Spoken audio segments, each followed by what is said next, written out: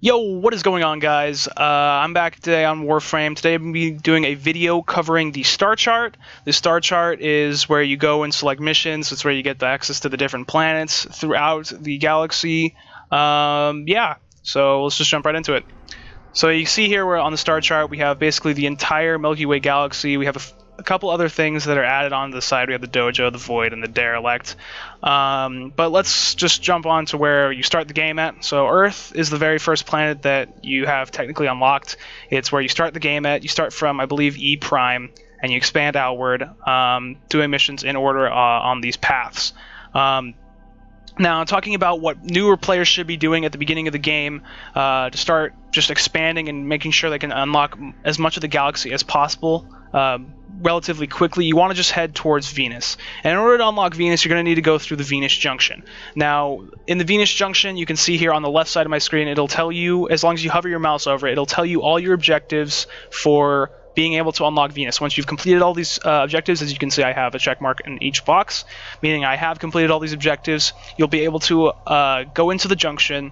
You challenge the Spectre there. A Spectre is basically an AI-controlled Warframe that will try and challenge you and fight you. Once you beat the Spectre, and you have unlimited tries, by the way, too, so don't be worried if you fail it once or twice. You have infinite tries to beat a Spectre. Once you beat the Spectre, though, you can activate this thing called the Solar Rail, and that will connect your planet Earth to Venus, and you'll be able to travel to Venus. Once you're on Venus, you want to be doing the same thing, heading along the path. I remember at the beginning of the game, what I did was I kind of just went through these missions as fast as possible to head to the junction. However, you may have to do something specific. Like if you see here on the Mercury Junction, we have our third objective says rescue a hostage from Linnea. Linnea is all the way up here, though, meaning you will have to go up here and complete this quest at least one time in order to complete that objective for the Mercury Junction. Once you complete the Mercury Junction, though, you can see at the bottom you will be receiving all this stuff, which is really cool. They give you a couple mods, a weapon blueprint, and they also give you a quest line. This quest line is going to help you be able to unlock the next planet, which is Mars.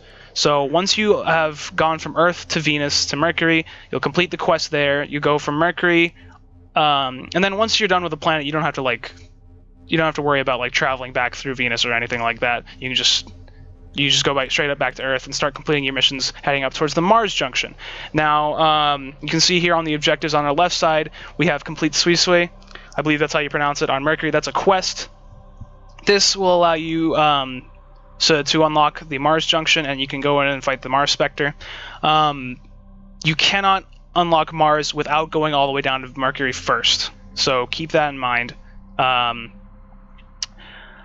yeah, once you've done that, you can just start expanding outward more around the galaxy. Now, let's talk about a little bit more about mission nodes. So each of these different individual ones is called a node, or a mission node. And if you hover over them, it'll tell you the exact mission type, the faction, what level enemies you'll be facing, and if there are any open squads. Now, it'll only tell you if there are open squads if you have your matchmaking set to public up here. Public meaning you will just be joining up random people, or random people can join you while you're playing through a mission.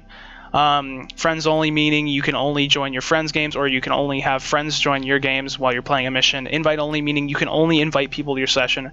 Only those people who are invited can join it. Solo meaning you will be playing it by yourself. No one else can join it no matter what. So yeah. So it's important to note what kind of mission you're doing, what kind of faction you're up against, what level the enemies are, so that way you know what kind of gear you're going to be maybe wanting to equip for this mission. Other important tips, I guess, for using the star chart. We know you can pan back and forth by using your mouth. Your mouth. Oh man, I'm good at this. Using your mouse to, with the left click, to pan over something if you can't see it as well. But another thing that newer players may or may not know, and some of the veteran players may or may not know either, instead of having to go all the way down here to click zoom out and go way back up to the galaxy here, you can, while you're hovered in on a planet, you can just simply right click on your mouse and it'll take you out to this. So that's kind of useful for some players to know. Other things that are important about the star chart, we have down here the Dojo. If we go in and click on this, you can see it's kind of like a planet, but it only has one node, and that's your clan Dojo. Okay. The clan Dojo is unlockable once you join a clan. The clan dojo key will be in your foundry, which is located here on your ship. And you simply go over to keys, and it'll be in here. Once you've built it, though, you cannot lose it, and it will not be like something you can sell or whatever. You get one, you build it, never goes away. Of course, that being said, if you do join a new clan, you will have to rebuild the clan key, so keep that in mind, guys. Try not to jump around clans too much unless you just really can't stand people in a certain clan. Other things, the Derelict, which is up here, that's something that you'll probably end up unlocking later on in the game. It's kind of storyline related a little bit, so don't worry too much about this. It's kind of stuff that's later on in the game anyways, as it is. As for the Void is connected to a bunch of different planets. As you can see here, we have Phobos, Sedna, and Neptune. So each of them, so if you notice here, oh, also Europa, didn't mention that one. It's connected to 4 different planets, Europa, Phobos, Sedna, and Neptune. Each of these like strands of the Void are only accessible from each of these specific planets. Other important stuff about the Starchart, Lua, which is basically the moon, that's like Earth's moon, is only accessible once you complete a certain quest in the game, which you should be at around like Neptune and Pluto by the time you complete that quest, and that's the only way you can get Lua. Also, if you're going to try and join a friend's game who's going to do a mission on Lua, note that if you do not have Lua unlocked, you cannot play that mission with them, and the game will kick you out of it. So keep that in mind if you're going to join up a friend and get like taxied to the place. Since I'm talking about being taxied, another thing that is important when you're in a clan, if you see like anything like a special alert come up, like say for example this Sniper Scavenger alert. Sniper Scavenger is a rare mod, it's a gold rarity mod, so if I wanted to do that but I didn't say like have Saturn unlocked, I could message my clanmates, say anybody hosting this this alert mission, can I join in, can I get taxied to it, or anything like that. While looking at this bar also, it's important to go over, I guess, is if you click on the left side here, you have quests, which will be like your storyline stuff. As you can see here, I still have 2 quests that I have yet to even start in my game. Alerts, that's stuff that have periodically come up. They have the reward listed there, the mission type, the faction, what level of enemies they are, and what planet it's on. And for these nodes, I do have them unlocked, but if you do not have it unlocked, you will not be able to like... You can click on it, but it won't take you to the mission. If you have, and it'll have a locked symbol here instead of this like triangle circle, which is the Corpus symbol, or the Grenier symbol here.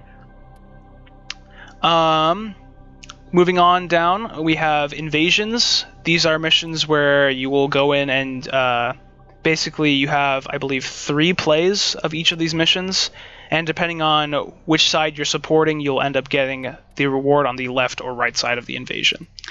Moving on to syndicates. Syndicate missions, they have periodic times as well. So after this period of time up here, my syndicate missions will reset, and I will get a set of new ones for the syndicates that I'm in. We'll go more over, we'll go more in depth for syndicates later on in the game, or later on in this video series. These are void fissures. Void fissures are how you get prime parts.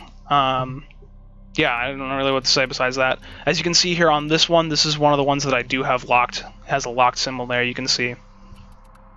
But yeah. And then this side of this side of the menu is for the sortie missions. Sorties are extremely high level missions, as you can see here. The very first one is level 50 to 60 enemies, and it scales all the way up to 80 to level 100 enemies. You have to complete them in order, and then once you complete all 3, you get one of the rewards in the reward pool, and it's only one of these rewards. You can complete these daily, and they do reset on the daily reset, which I believe, if you're on the west coast of the United States, it's 5 o'clock p.m., and then just do the time conversion for wherever else you are in the world. So yeah, that's going over the menu in the star chart.